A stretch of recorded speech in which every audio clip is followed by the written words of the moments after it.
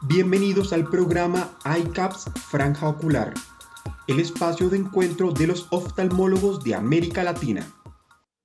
Gracias, señoras y señores. Hoy sí es verdad que les tenemos un programa espectacular, una serie de videos, conferencias sobre el tema de las incisiones corneales en la cirugía de catarata. Va a ser uno de esos programas que nadie se debe perder, donde habrá una concentración de conocimientos de todo aquello que hacemos en la sala de cirugía que tenga que ver con la palabra incisión durante el procedimiento de catarata. Gracias por estar con nosotros en este iCap, su franja ocular. Y recuérdense que nuestra mayor intención es que ustedes aprendan, que se actualicen, que se mantengan al día y que tengan los conocimientos necesarios para cada día ser un mejor oftalmólogo, un mejor profesional y que se beneficien sus pacientes de estos conocimientos que adquiere a través de franja ocular. Entrevista en iCaps Franja Ocular.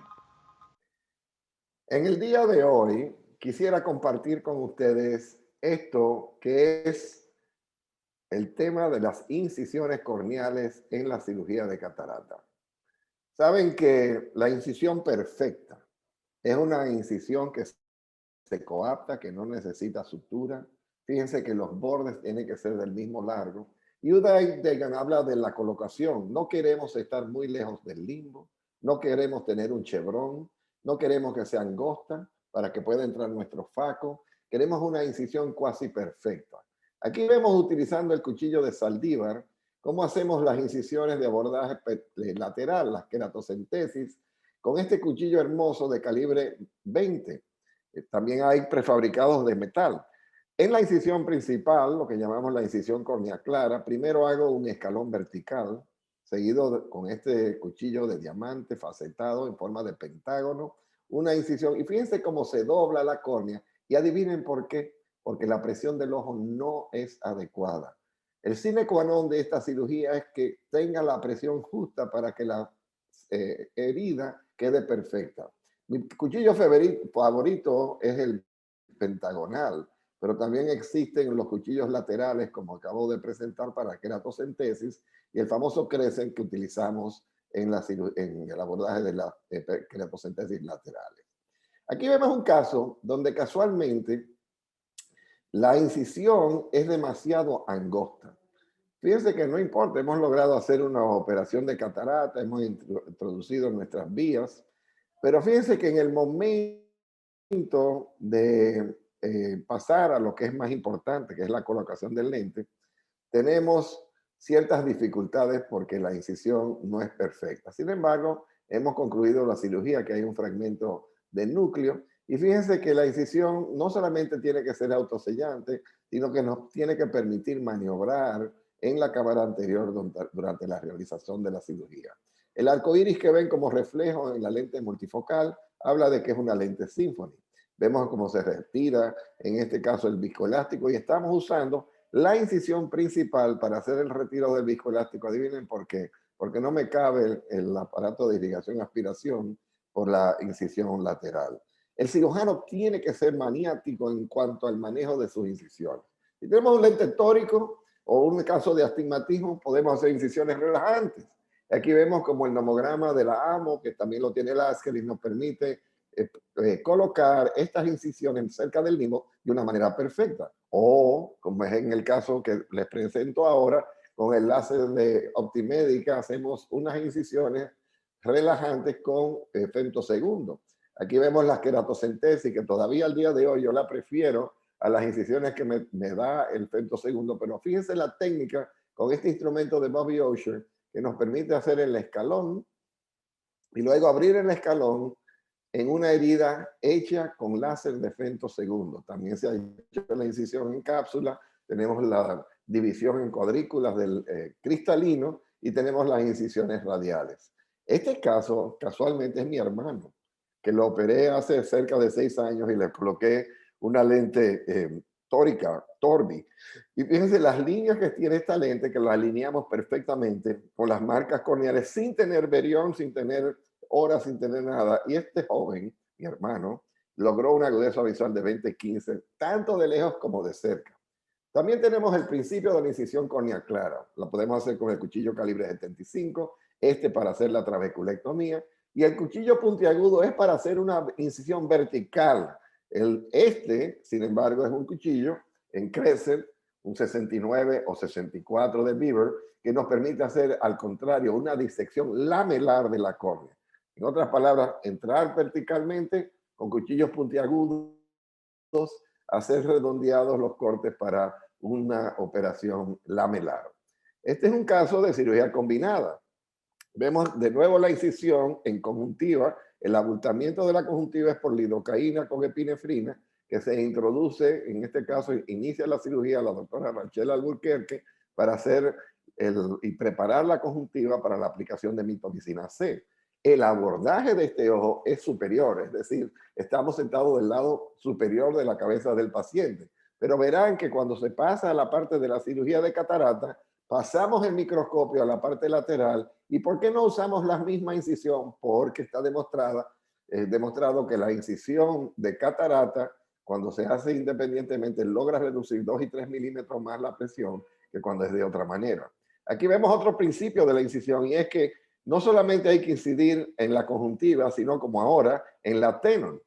Y esta repetición de lo que es la herida vertical, que la vamos a reproducir en vivo, recuérdense, es una cirugía que crea una escotilla escleral que se va a convertir en la válvula de filtración, en este caso de cirugía combinada de catarata y glaucoma. Usamos el Crescent o el Beaver 69 en este caso. No, se hace el escalón con el cuchillo de 75 vertical, y luego se procede con el biselaje o la disección lamelar. Y fíjense que utilizamos la parte plana hacia la escotilla superior y la redondeada hacia la posterior. Así mantenemos el mismo nivel de la mela y no nos profundizamos accidentalmente, o al contrario, que sería lo trágico, no amputamos en la escotilla que estamos creando en la disección del cuchillo.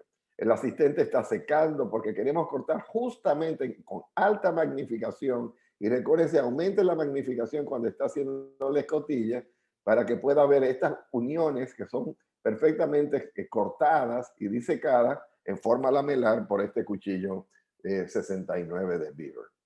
Fíjense que pasamos el microscopio ahora a la región temporal. A la derecha están viendo la incisión de la trabeculectomía, se hizo la catarata, se colocó el lente, y luego de bajar la pupila con Miostat para que se pueda realizar la colocación de, para cerciorarse de la colocación del lente y permitir la iridectomía, volvemos a darle la vuelta al microscopio, y aquí vemos cómo se coloca la herida de 10-0 nylon, que es con 2 vueltas, primero seguido por una y luego por otra, de manera tal que sea fácil enterrar el punto.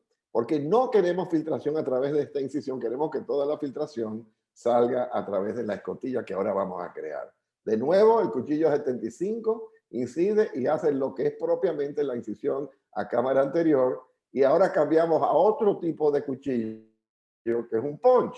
El Kelly Punch de la cirugía de glaucoma nos permite hacer un orificio exactamente igual todas las veces, con 0.5 milímetros de diámetro, lo cual nos da acceso a la cámara anterior. Como ya bajamos la pupila con el miostato, podemos entonces hacer la iridectomía periférica. Fíjense que en este caso el punch causó un ligero sangrado, y con las tijeras de vanas podemos cortar aquello. El cierre de una incisión, y yo siempre le digo a los residentes, tiene que ser perfecto, coaptando tanto el labio posterior como el anterior. La sutura de 10-0 nylon es la sutura que se usa en esclera y en córnea. Nunca deben usar Vicryl en estos lugares, ya que causa mucha inflamación. Para el nudo que se va a enterrar son 2 vueltas, 1 y 1. Para el que se va a quedar fuera, ya sea porque lo necesitamos con un cierre, ya decía, en una laceración, pues sería 3, 1 y 1. Y aquí vemos cómo hicimos los principios con la punto 12 sosteniendo los bordes de la esclera a 1 milímetro a cada lado, para entonces sostener la sutura y hacer la rotación al finalizar el tercer nudo, introduciendo el nudo dentro de la esclera. ¿Por qué? Porque así no hay el peligro de que las orejitas de la sutura puedan perforar la conjuntiva. Este es un cierre perfecto de una trabeculectomía y usamos el mismo principio en el cierre de la conjuntiva, pero la conjuntiva, claro, no tiene el rigor que tiene la coaptación de la esclera. Ahí ven la diferencia entre una sutura corrida, que es lo que están viendo ahora, para el cierre hermético de la incisión, que va a crearnos la bula, y también el cierre independiente como contracción que hacemos en el limbo corneal. Las incisiones córnea clara se pueden realizar de varias maneras, pero hay una sola manera de hacerla perfecta. Y la clave es, y aquí ven en el caso de un ICL con catarata, cuando usamos lo que llamamos el famoso cuchillo pentagonal de diamante, fíjense que es de 3 milímetros. Y lo que ilustra en esto es la cantidad de líquido que se pierde alrededor de la incisión. Y uno dice, ¿por qué tuvo que haber sido tan grande? Porque tuvimos que retirar el ICL a través de esta incisión y no cabía a través de una incisión de 2.2. Ahora vemos cómo esta catarata, que es relativamente blanda, fácilmente se retira, pero notan cómo se colapsa la cámara cada vez que desaparece un fragmento. Eso es porque la incisión es demasiado grande. Además, la incisión tiene una forma de chevron. Aquí vemos ahora la introducción de lo que es el cuchillo de queratocentesis, esto para el abordaje de las cánulas de burato. Y fíjense que siempre la punta de la queratocentesis tiene que ser central.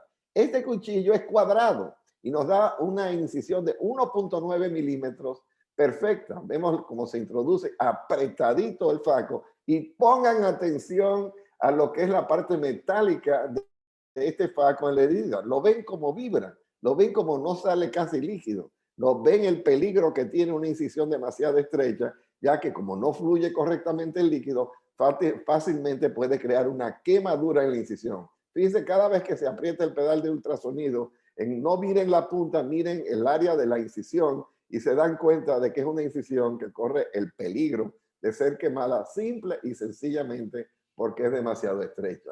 Eso no quita que esta operación se hiciera sin ninguna complicación y la clave para evitar la quemadura, por cierto, es que la cantidad de ultrasonido que administramos es breve. Son golpes de ultrasonido de microsegundos para que de esa manera no podamos calentar de ninguna manera el metal del ultrasonido y así evitar la quemadura corneal. Pero fíjense el peligro, ya vieron cuando la incisión es demasiado grande, fíjense que ahora ni cabe el inyector o el cartucho del lente intraocular a través de la incisión. Todo esto es forzado simple y sencillamente porque durante la cirugía una incisión lo suficientemente grande como para poder facilitar las cosas. Y afortunadamente no se complicó, pero son los casos que tienen problemas. En la cirugía de M6, la incisión es de 3 tipos. Tú puedes hacer una incisión limbal, arqueada, smile, o esta que es la lamelar frown, o puedes hacer una recta. El tema es que tiene que biselar. La clave de la cirugía de M6 moderna, y aquí ven como marco el limbo quirúrgico, que es la unión del gris con el blanco, y se empieza en la parte blanca, se sube al punto que he marcado y se hace una incisión que es un frown modificado, es casi recta esta incisión, pero ojo, el cuchillo de Crescent o el 69, que es angulado, se lleva dentro de esa lamela. Ojo con los bordes laterales de que no se extienden, es decir, que no se rompan, que cree lo que pareciera un sobre. Y mire qué tan lejos llega la punta de este Crescent dentro del espacio corneal.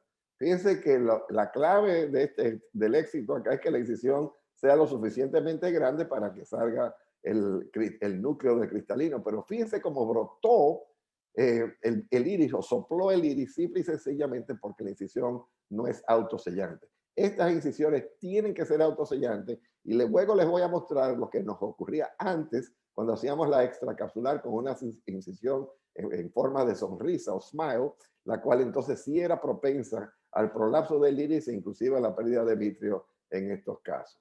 Este caso terminó con 20-25 de visión, protegieron. Ahora vean lo que era un caso con presión vítrea y una incisión, y fíjense que es un video antiquísimo, miren la calidad de filmación.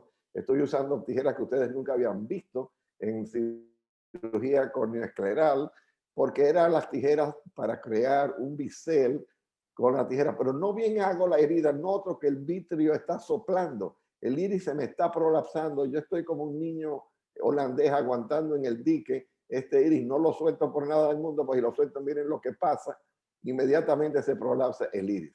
Este caso, para terminarlo, fue necesario hacer una punción a la cavidad vítrea para lograr reducir la presión intraocular, y al hacer la presión, que lo van a ver con esta aguja que se introduce vía pars plana, logramos reducir la presión, pero esto les da una idea del peligro de la incisión en sonrisa cuando tenemos presión vítrea. Todo quiere salir hacia afuera en vez de ser una herida autosellante.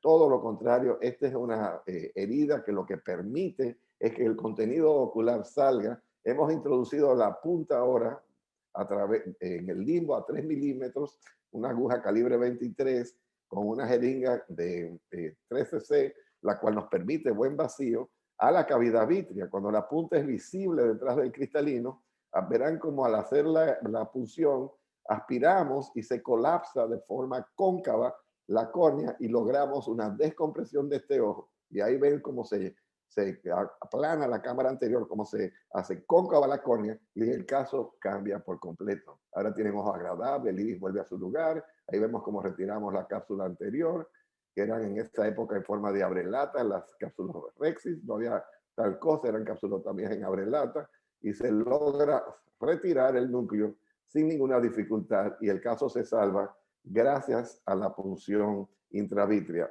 Pero el problema era la incisión. Teníamos una incisión que no combinaba correctamente con un ojo presurizado. También tenemos las incisiones, y miren que este es un caso de un cristalino luxado. Hoy casualmente me tocó hacer un caso parecido, en el que terminamos combinando la cirugía con una técnica de Agarwal. Esta es una paciente que vive cerca de Las Vegas, vino para que yo le operara, la conozco desde niña, y yo decidí, porque el cálculo del lente intraocular era 1+1, no ponerle el lente intraocular. ¿Por qué? Porque no lo necesitaba. Entonces, sabemos que en la enfermedad de Marfan, el menor de los problemas es la catarata. El mayor problema es la degeneración vitreoretiniana que tienen, y aquí ven como una cirugía calibre 23 nos permite introducir una cánula vía pars plana. Por cierto que yo a las 2 semanas le operé de igual manera el otro ojo a esta paciente. Pero fíjense qué clase de luxación tiene este cristalino.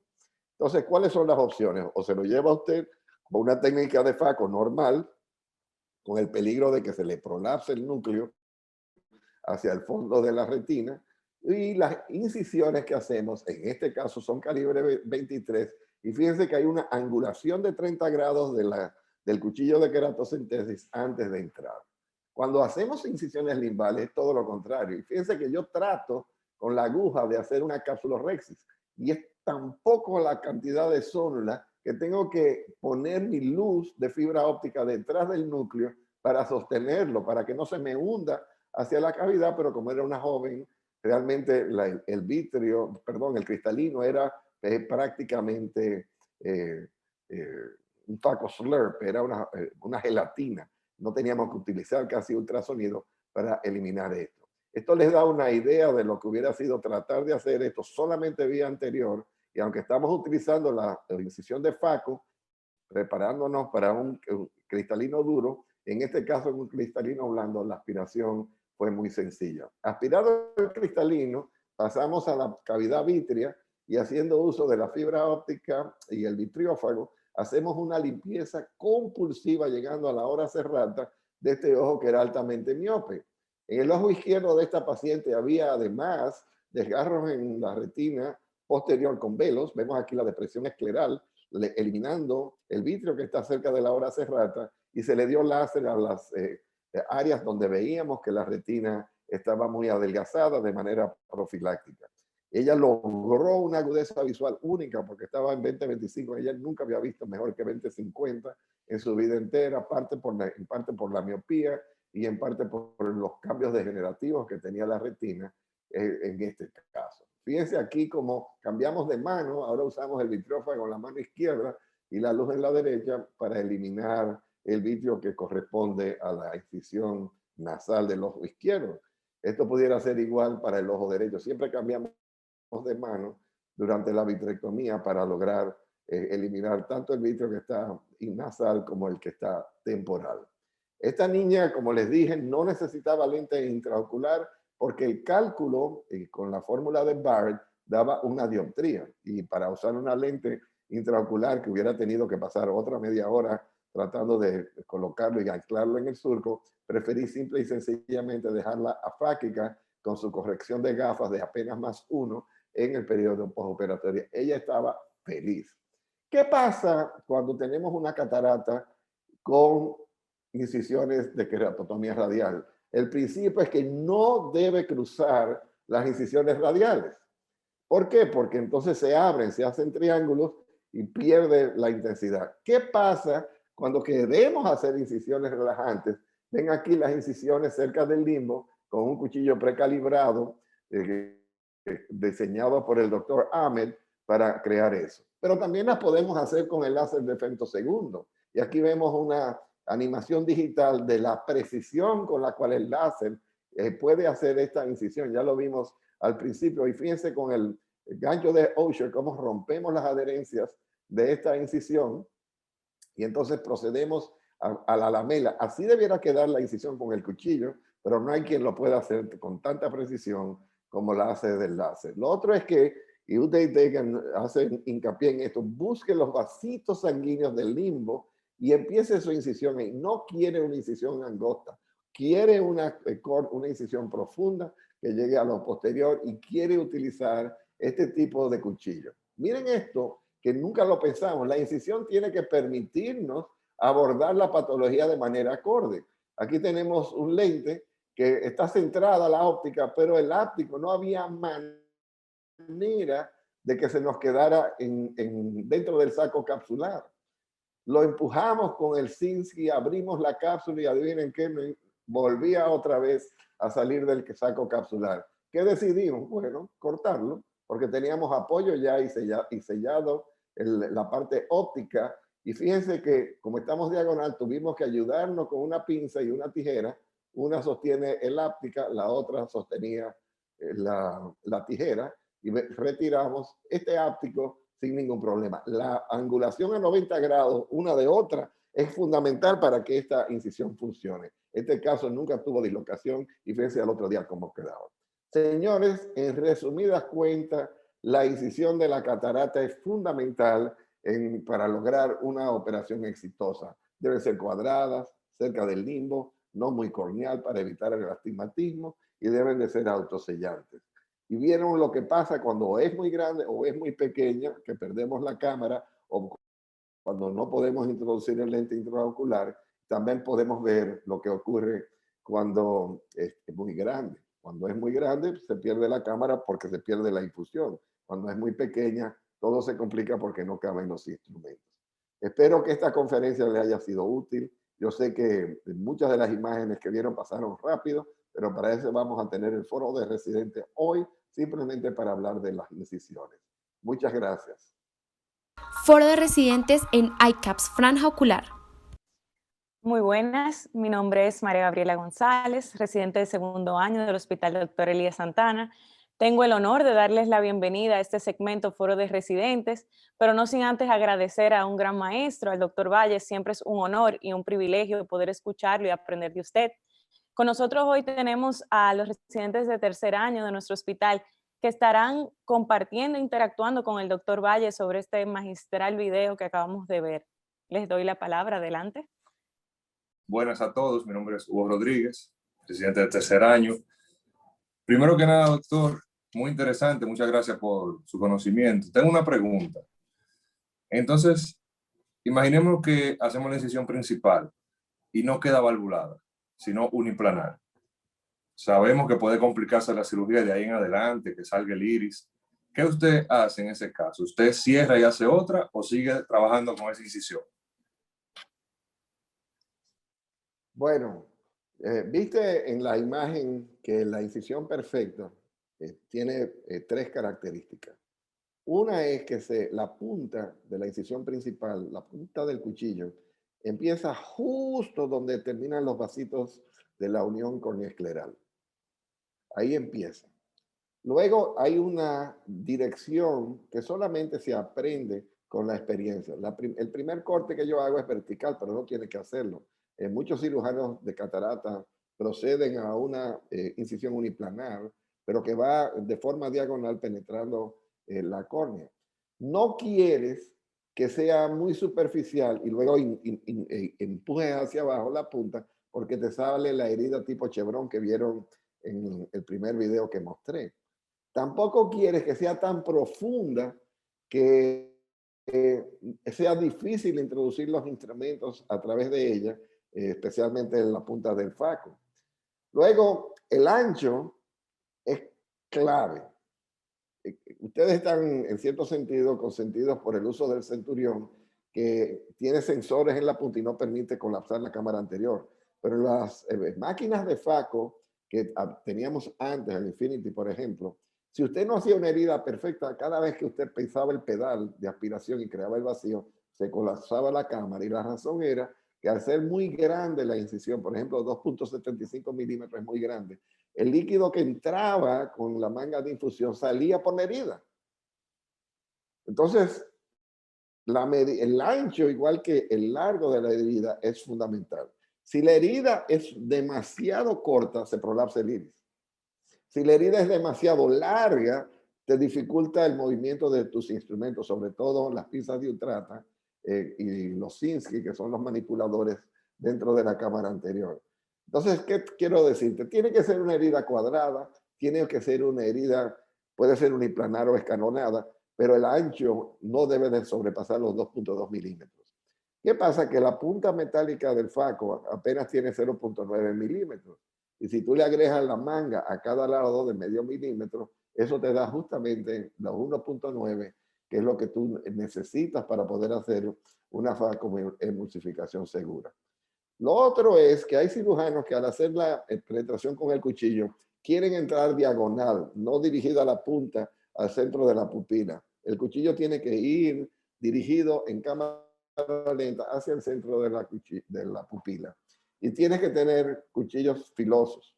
Si el cuchillo no es filoso, lo que hace es que diseca y te llena, tú lo has visto, de estrías en la córnea, o si no, peor, te enrolla la córnea y te da el chevron que no es autosellante. La meta ulterior y final es que sea autosellante la herida. Y por eso es que el crear, tanto en las queratocentesis como en la herida principal, una herida perfecta es fundamental. Ok, muchas gracias, doctor. Tengo otra pregunta. En el caso de que la incisión sea estrecha, sabemos que puede haber una quemadura de la incisión. A la hora de finalizar la cirugía, ¿usted la hidrata de sobremanera para que selle o usted como quiera se asegura y da la sutura o no lo hace? Bueno, si la herida es pequeña, y pequeña quiere decir menos de 2 milímetros para mí, te vas a dar cuenta inmediatamente al momento de inyectar salina por la queratocentesis, ella misma se hace autosellante. Si tienes duda, con una esponjita de Weck puedes verificar que no está escapándose nada. Digamos que tiene todavía un Seidel, que tiene un escape. Cuando le haces la prueba con la esponja de Weck, pues tú puedes hidratarla. Y tú la hidratas como si fuera un sobre a los dos bordes del sobre laterales, uno superior, otro inferior, y luego haces una hidratación del estroma. Ojo que durante la hidratación del estroma, y yo lo he visto, el que no entiende que no puede ser demasiado agresivo con la hidratación puede desprender el Descemet. Y yo he visto desprendimientos de Descemet en una cirugía perfecta, simple y sencillamente por una hidratación mal hecha. Entonces, el hidratarlo para mí es rutinario. Yo hidrato todas mis heridas. La literatura, cuando la lees, te dice que la hidratación lo que dura es media hora. Ya a la media hora el líquido que has metido ahí adentro desaparece. Pero ya el ojo tiene su tono. Y parte del diseño de la herida es de manera que se haga un efecto valvular. La presión coapta la herida y la cierra. O sea, tú no necesitas una sutura y no necesitas la hidratación para que coapte. Simplemente la forma arquitectónica en que se ha diseñado la lamela es para que se coapten y puedan cerrar. Yo veo más problemas, honestamente, Hugo, con la herida demasiado grande.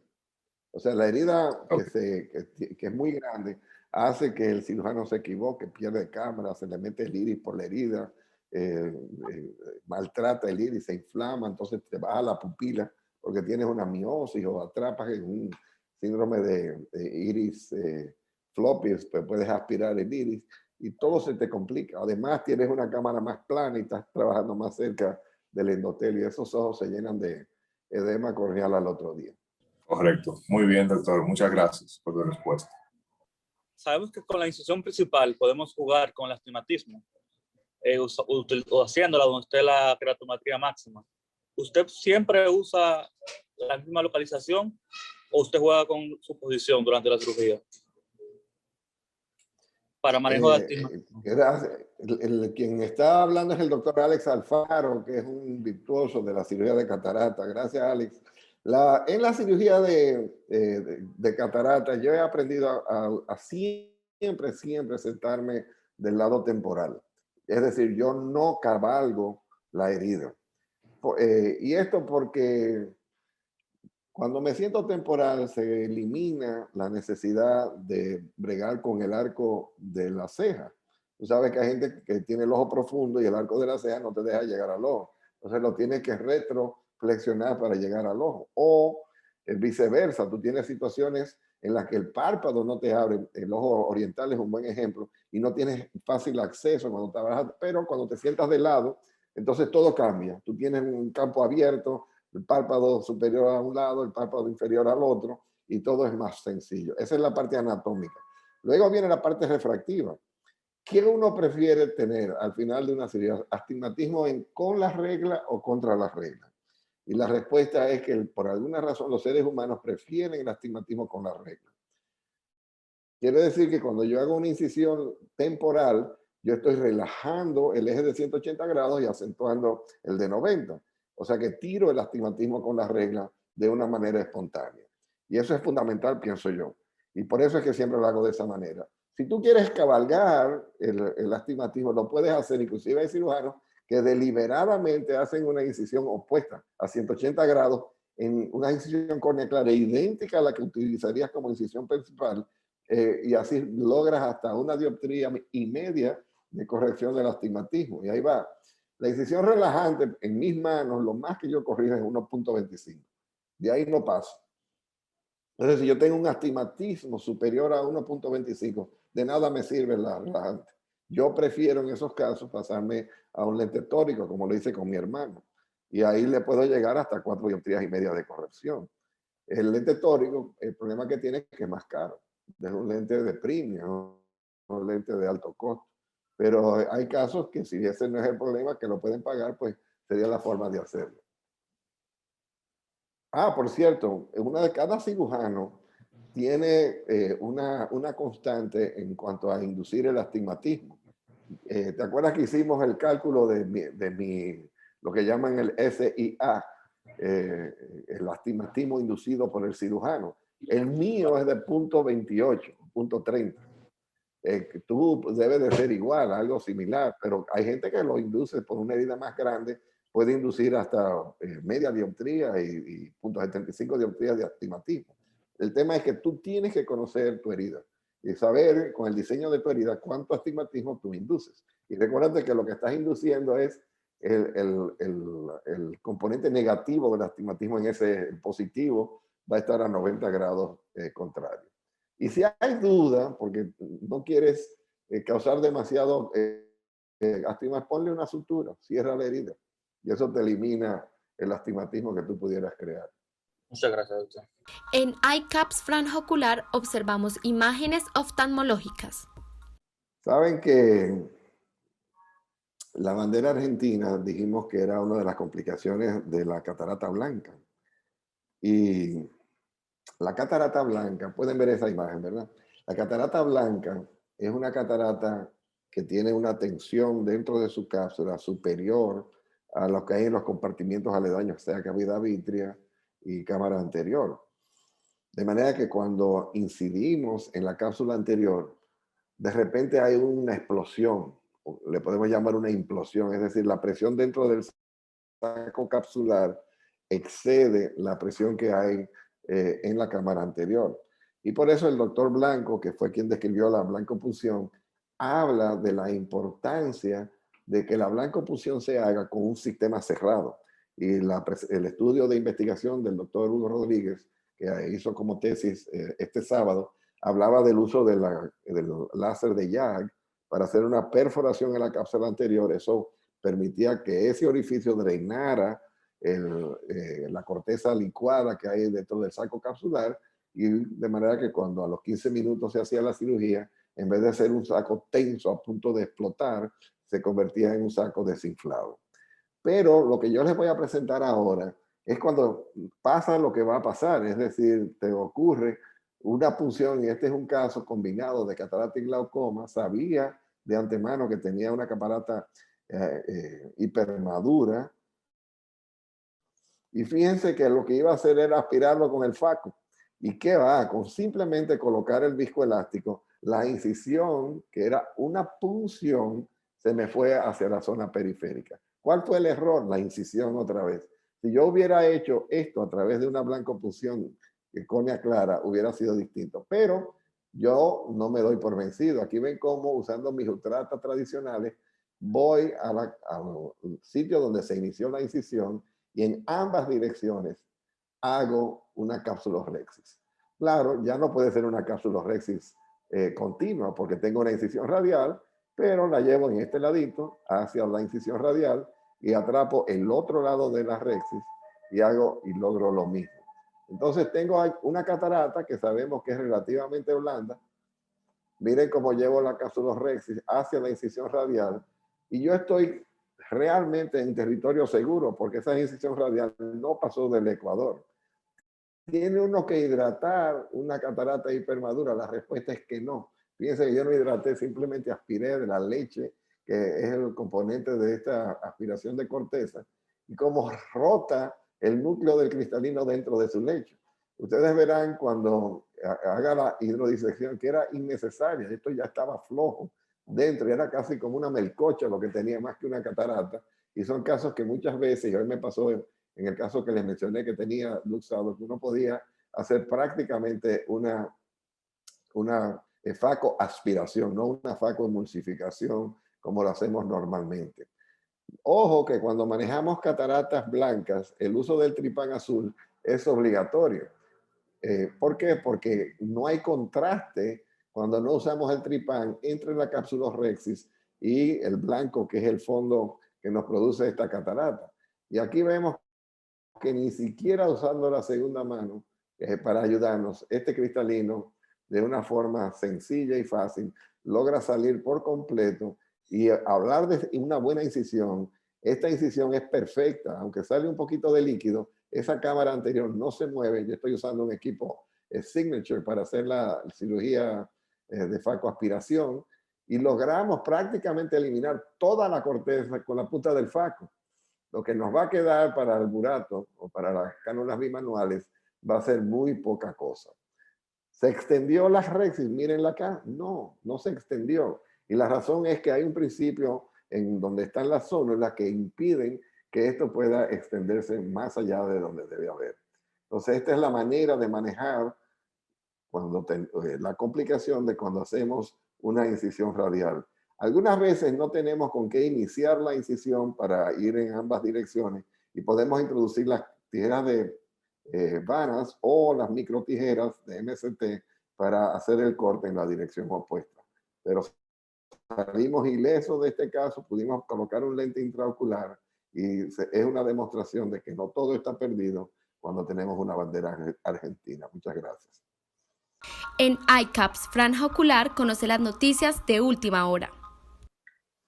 Para noticias de última hora, me complace sobremanera darle un preámbulo de lo que fue nuestro sábado gigante esta semana que concluyó, que es el sábado cuando todos mis residentes, y son 24, presentan sus trabajos de investigación, serían como sus trabajos de tesis.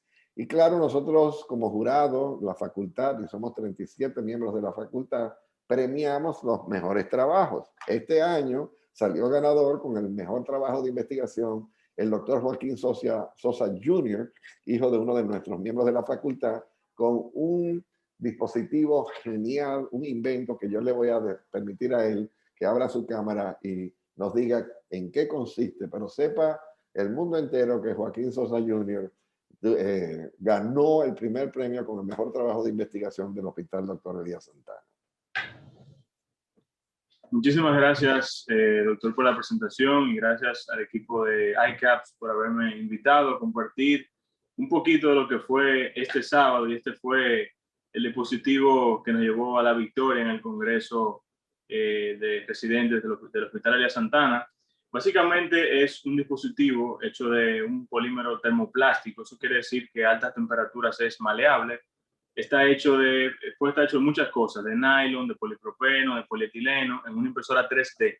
Y lo bueno de esto es el bajo costo, aproximadamente $20, que nos permite tomar imágenes de fondo de ojo. Este dispositivo fue creado por el doctor O'Keefe y el doctor Cheong de una compañía llamada Odox Eye Care, que lo pusieron como libre patente. Y básicamente lo que nosotros hicimos fue que modificamos la parte anterior para adaptar un lente de 28 dioptrías específicamente en el diagnóstico de la retinopatía del prematuro en comparación con la RedCam, que es el dispositivo utilizado mundialmente para el diagnóstico de estos pacientes, obteniendo resultados excelentes, comparables, incluso mejores para la toma de imágenes periféricas en esos pacientitos. Así que el dispositivo consiste de esto, básicamente un adaptador donde va el lente y esta localización donde va la cámara.